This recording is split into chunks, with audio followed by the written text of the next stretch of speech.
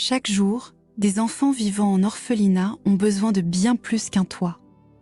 Ils ont besoin d'espoir, d'éducation, de soins et de personnes qui croient en leur avenir. C'est dans cet esprit que l'orphelinat, la Maison de Cœur lance l'opération Pesaetiquet Sourire. L'objectif est simple. Rassembler une grande chaîne de solidarité où chacun peut faire la différence. Même avec un tout petit geste. Un don symbolique de seulement $1, 1 euro ou un livre sterling peut contribuer à améliorer le quotidien de ces enfants et leur offrir un peu plus de sécurité et de dignité. Pour participer, vous pouvez envoyer votre contribution via M-Pesa au plus 243 820 830 019 pour toute information complémentaire, contactez l'équipe sur WhatsApp au 44 7435 364 668 parce qu'un simple geste peut changer une vie. Partagez cette vidéo, laissez un commentaire pour encourager cette initiative et dites-nous, selon vous, quel est le plus beau cadeau que l'on puisse offrir à un enfant?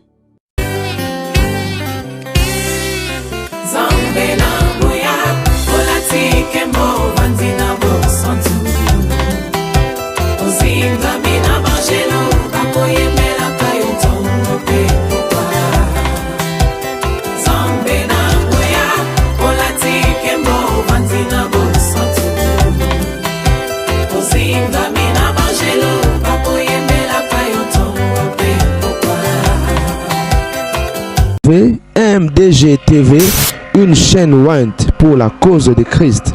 Mafuta Yasika, Mafuta Yasika, Mafuta Yasika.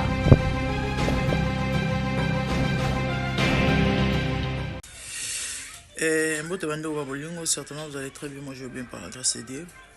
Beaucoup mais c'est là un message de pasteur Sandra Mbouyi. Botagué, tope botine de la pour na bato ba ebi. Na moni vision mon na batongo. Pendant na bande kolala, en fait na la moine na sambele après na lali. Et qu'est-ce que je voyais? Tozaki quelque part na habité wapi. Mais izaki na bande ko mo ebele hein. Nde ba yembi, ba misun bilongi na kanga yete. Namoni sœur Sandra a juste à 8 mètres nangaye, plus ou moins 8 mètres. Nga zaya au telema, ya zaya au vanda. Bande omusu bazaya mi panzi bazaya pe au vanda na droite. Zaya moi basali uneti moi mulongo ouais, mais bavanda na se bavandi na se. Sandra zaya en face nangaye. Nga zaya au telema. Parce que entre nga la sœur Sandra, il y avait une sœur aussi, ou zaki pe au vanda. Donc entre ngana ezainet ba 3 mètres. Donc yena sœur Sandra ezainet ba 5 mètres. Siko juste liboso ya sœur Sandra, place sœur Sandra vandaki. À 0 mètre, donc le bara tout autour ya makolo na ye, entre makolo na ye. Ezainet fossé moko wana. Ya mulai de libulu. Bomoni ba forme mabulu ya mai ndenge ezalaka, ba timolango rond. Même eza profond. Ezai juste liboso na ye. La sœur a 0 mètre. Donc, sur Alexis le beau a reçu les boulots. Mais elle a comme 5 ans qui a no bangate. A bang les boulots anate. Avandi, boazai suki polele, suki belé, suki belé, suki milai, n'engezala, suki ekoi boy. Ndebi subasi ezala so peigné suki noa milai, ekoi aussi la moi qui sakata, n'engezala. Ce qu'on a na moni le boulot et bangi singa. Ngana obanga. Ce qu'on a obélé la sœur Sandra, c'est sœur Sandra. Sœur Sandra, abano yokanga, mais kara o wapi. Azo kanenga ime, azo kipengate. Do talangate. Sœur Sandra, nabisi, au mon até libuluana, est très dangereux. Ozo bangate. Ça la très attention. Azo lobaya, azo kipengate. Mabano yoka. Abeta vraiment vrai kara. Après un moment, tellement la belle mingi et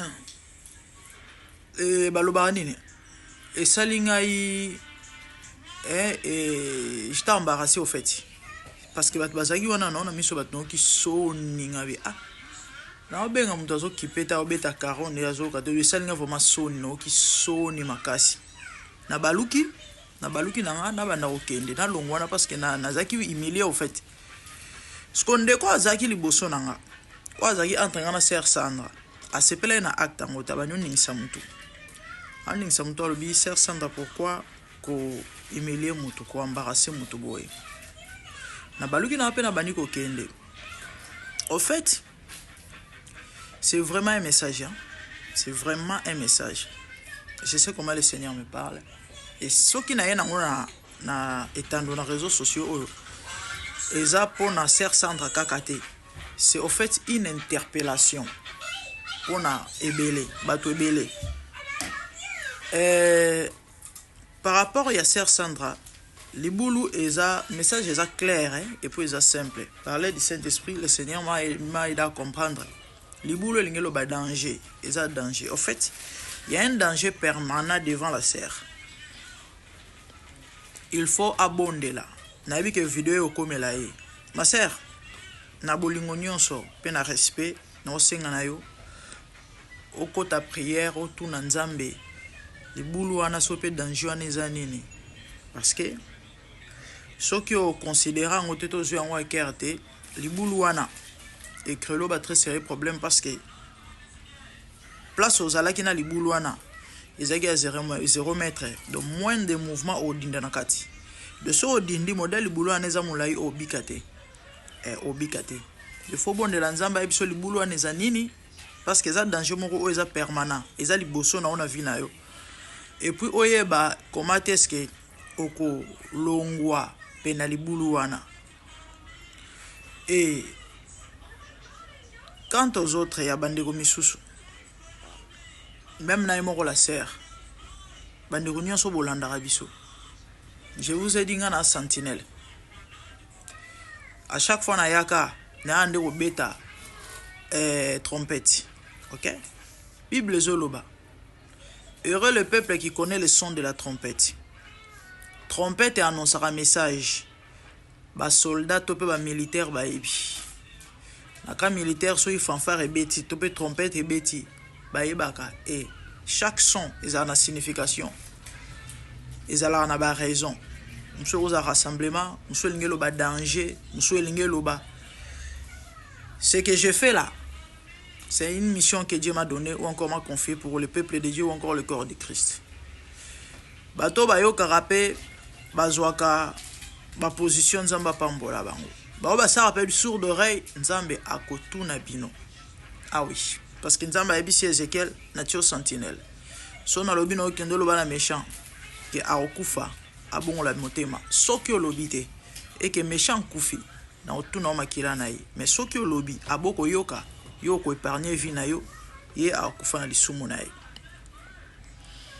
ngana osala musala o nzamba tinda na sala bino bozoyoka c'est à vous de prendre des dispositions. Si vous allez ignorer complètement etalibino, si vous allez rejeter en bloc etalibino, si vous allez considérer nzamba ozolukumo. Donc eza interpellation pour na batu nyonso tant que toujours olobawa toujours obikisa batu toujours oloba de la part de Dieu peu importe forme nzambe a utilisé n'importe qui et n'importe comment. Si la nest de Balaam a parlé, il y a Zaki Nyama Zana Saint-Esprit. De nos jours, nous avons utilisé même Batama Boma. Combien de fois j'ai vu sur TikTok des fous prêcher la repentance? Moutaliboma Zana Saint-Esprit? Non. Ils ont dit Nzamba Salama Amunae pour nous relaxer Batouke. Tant ils ont ma Bible. Dieu utilise n'importe quelle voie, peu moyen pour nous relaxer âme. Parce que prière âme eza makila Yesu. Mutu mo ta ko bikisa âme to pa ko somba âme. Ata zana combien de millions to de milliards. Même aux unions so ya Congo. So ba sangisi yango e bikisa ta âme mon côté. Donc so tozote ya eza pona ko bikisa ba âme. Nzambe a pambola bino. Nana commentaire ko chatter le message est passé. Yo pe na ngambo na yo to pe na tour na yo. Partager message oyo nzamba kozanga te ko pambola yo boko monsieur la sœur Sandra message oyo pe bo partager bo tindela bandeko nyonso bayoka mbela oyo. Donc c'était ça de la part de la gardienne du temple, votre Sinzili. Sinon, que Dieu vous bénisse. Je vous aime. De bonnes choses. Merci. Bye. Nabosani. Opération PC Ticket Sourire. $1, €1. Wampan nayo. Et même changement na vie ya orphelin moko. Bo sunga biso na affiche ba détail na biso ezana numéro MPC ezali numéro na WhatsApp ezali, ou encore vous pouvez me contacter inbox pour plus de détails. Rentrée scolaire yango bandeko tozana besoin ba fourniture. Tozo bele la bandeko bo sala ba dona ba orphelinat, venez nous visiter s'il vous plaît. Et tozana besoin ba fourniture, so pour moni osunga biso na one off. On dit que chaque mois on peut s'abisso $1 mais on peut s'abisso 1110 ndenge ka ranza ma aussi la moté manayo et vous en ate ko apporter changement. Tu en as besoin de 10 000 partenaires chaque mois $1 pour tout les gars ko élargir tant tous en a vision munene tous en a projet belé ya ko sunga batu ya ko bikisa ba vie. Bible zoloba délivre ce qu'elle entraîne à la mort. Bano bomun baza exposé na balabala baza exposé na kufa. Donc $1 na yo même changement ko épargner bango par rapport à ya mabongisi toza nango déjà toza na orphelinat to na bana to bokolaka et toza na besoin to likana ko sunga na bandenge mususu lisusu. Vigus to na mambo bela ko sala vraiment toza na besoin lisungi na bino, nous comptons sur vous. Et toza na makokite toza pe na ba partenaire te boy debiso nzambe ozante au pambola bino car qui donne aux pauvres prête à l'Éternel. Donc contactez-nous na ba bing on va contact na biso ou encore beaucoup melanga inbox na TikTok nzambe au pambola bino. Sinon tout le monde anime bala sima pour partager vidéo oyo. Merci beaucoup. Au revoir, à plus. Mbote balingami, certainement vous allez très bien. Bande oba bolingo lobi na bisa bino ke fala kito sala ba monsieur ebele mais ngongezala kite to poursuivre chaque jour ou encore na ba jour ya semaine toza na choite et bana ko arriver to zo mois de sujet moko to mibale ya mokolo ya basantu pona ko diminuer charge parce que basantu bulu yeke na bulu yeke trouble na trouble désordre na désordre. Donc il faut qu'on conscientiser, il faut qu'on interpeller, il faut qu'on solo là. Bible zoloba apôtre Paul à chaque fois bana yoka basango ya basantu de loin abana rotinda ba lettre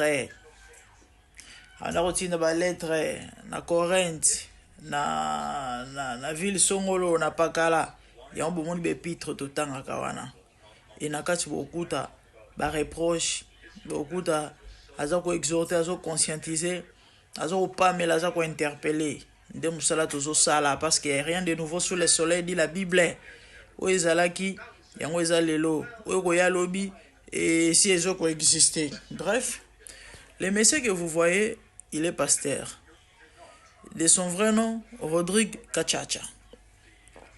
Akoma pasteur Onésime.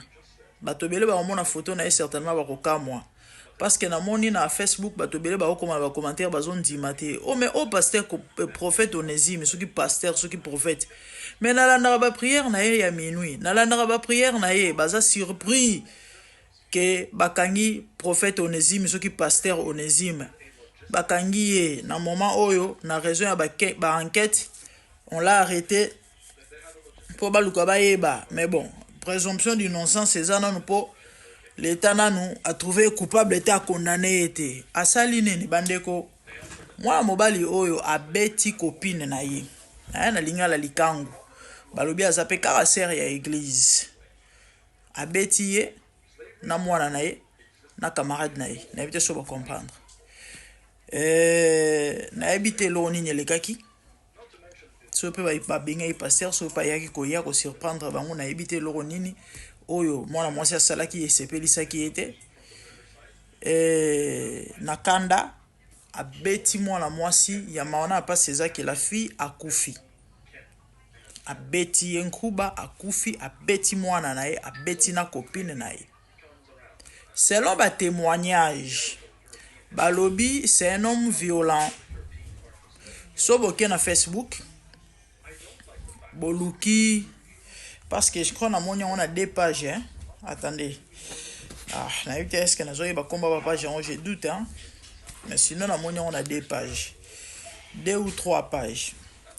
Bon, moi, là, commentaire, il y a des billets. Même combat Rodrigue, non, vrai non, complet, moutoua, tiens, ezali une personne au bavanda na bango quartier moko. Tukuto ba publier ki ba ebi na bango de kombo na été. Ba benge kara pasteur, ba msou ba lobi pasteur Onésime. C'est na ba commentaire ba tu ba ebi ne ba bi non. Il s'appelle Rodrigue. Kombo Rodrigue bunga banda koma pasteur, ba msou bazoka moi mais akoma pasteur ndenge nene.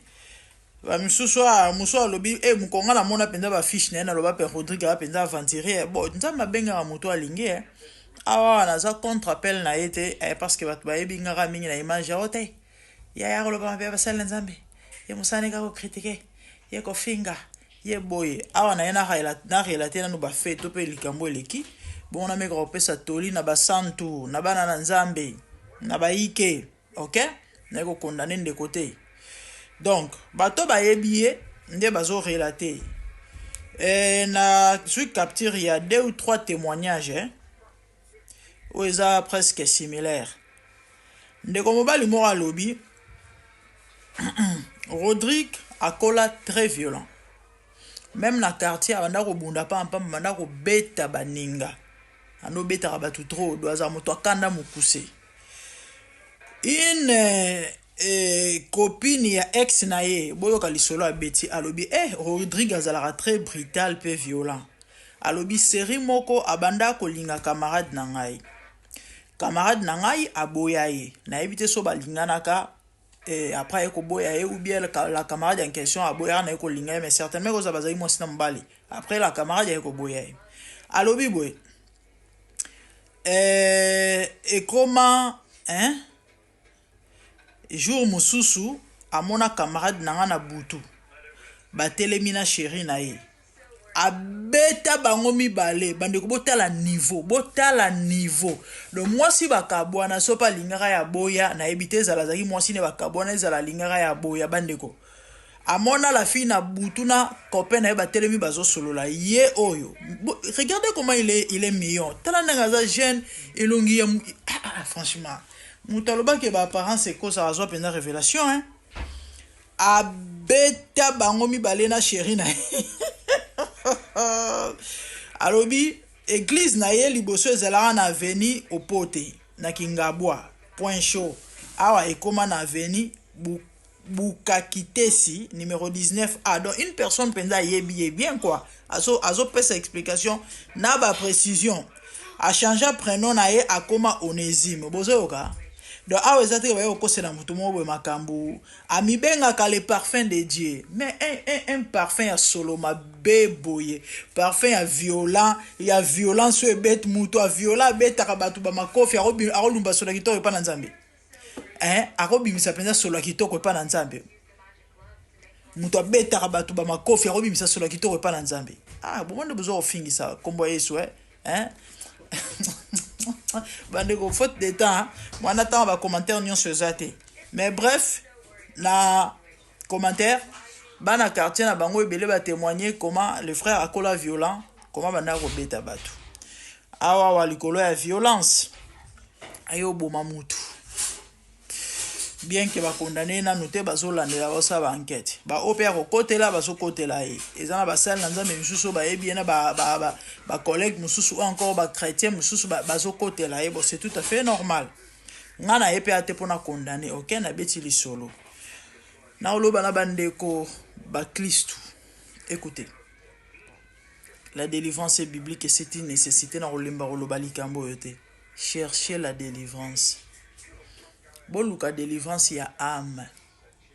Mutuswan dimeli Yesu. C'est l'esprit qui était mort qui est vivifié. Âme, et sera délivrance avec le temps. L'âme ne peut pas être délivrée automatiquement. Ndenge esprit est délivré. Pourquoi? N'a pas expliqué peut-être dimanche par la grâce de Dieu, faute de temps et simbate. Le corps mêmement.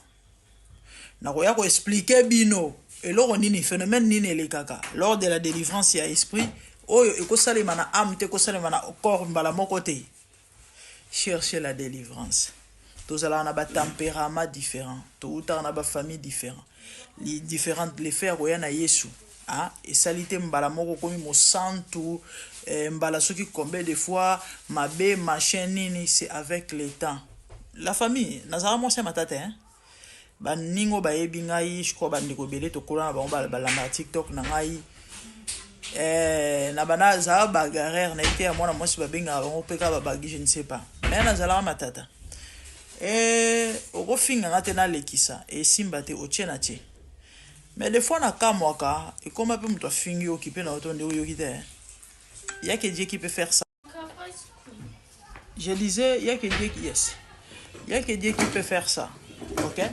Jean-Baptiste Azotea, à lobby, produisait le fruit digne de la repentance.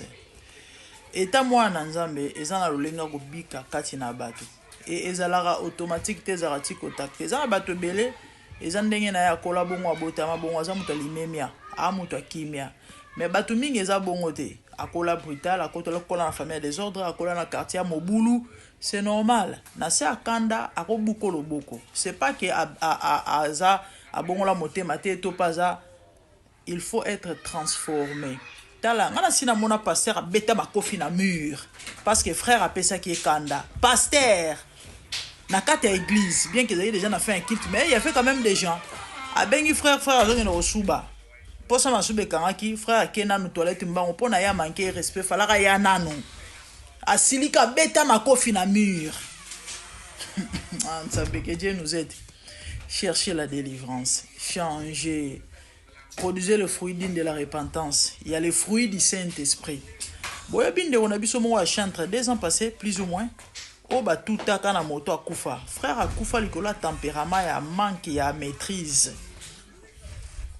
Akufa likolo manque à maîtrise. Chers chrétiens, changez, cherchez la délivrance. Vous allez la transformer.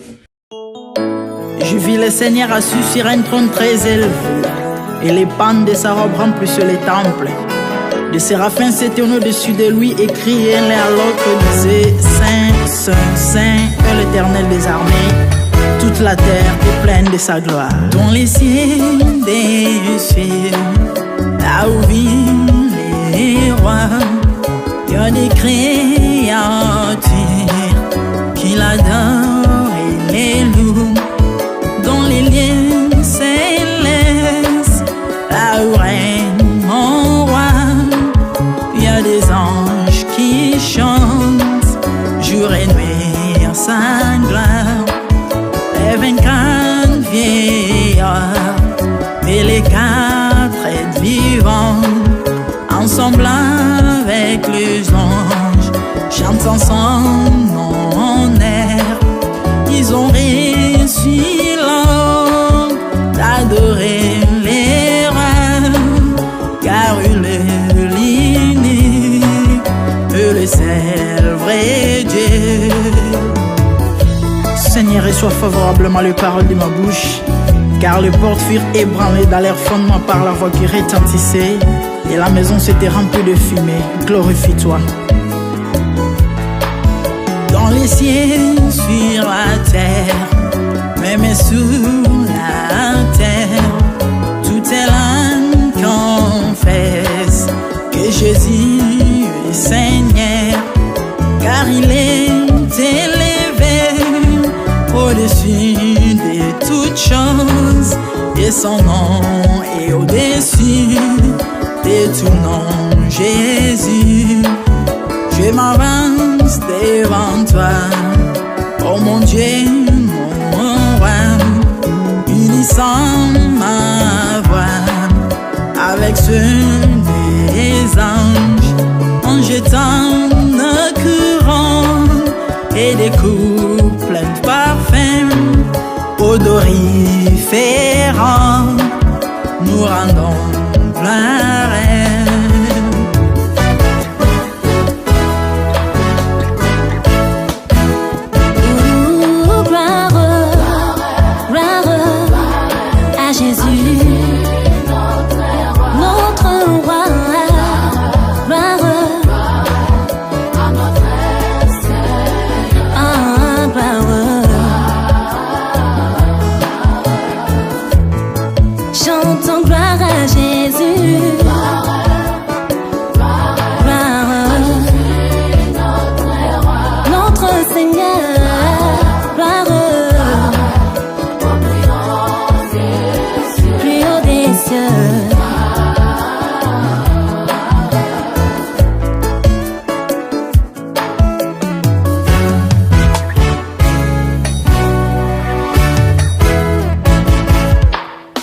Il est beau d'annoncer les matins ta bonté. Voici mon sacrifice, la louange de ma bouche, les fruits de mes lèvres qui confessent ton nom en poussant des cris, car tes œuvres sont grandes. Bienvenue jour dans ta face, que mille ailleurs, car tu es mon soleil, mon bouclier, ma tour forte. Tu me donnes la force du bif, tu m'arroses d'une huile fraîche. On ne se plaît à contempler mes ennemis grâce à toi.